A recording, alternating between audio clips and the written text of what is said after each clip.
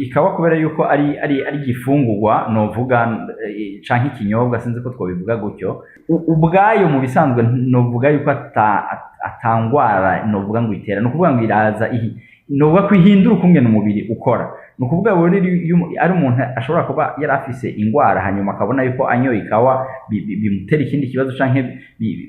bega no byongereza ukungene iyo ngwara yiwe iziragaruka no kuvuga ngo iyo kawa yo yihagarika. Icayi c'ikawa gituma umuntu agira amagara meza mu gihe akinyoye atakibazo afise mu mubiri c'ingwara zitandukanye asanzwe agendana igihe kirekire nk'uko bivugwa n'umuganga Frank Nziza yanonosoye ivy'intungamagara. Muri ico gihe binyoye kuri urwo rugero novuga ngo rutoyi ahubwo mbere biravamwo bikanagufasha novuga mbe bikanatuma n'amagara novuga ngo meza aba meza gusumba niko novuga ngo ntangorane nimwe bikugira ahubwo biranashobora no gutuma rimwe na rimwe amagara yifata neza. Hariho abantu rero baba bafise novuga ngo ingwara canke amagara yabo atifashe neza novuga ngo ni nk'abantu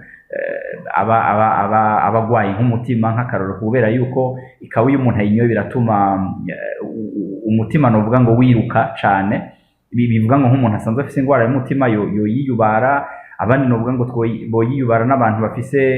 ingwara z'umushishito kuko ikawusanga yongereza novuga ngo ubukare bwa acide yo mu mushishito ukasanga nk'abantu bagwaye ingwara z'umushishito ahubwo bitumye ziyongera gusumba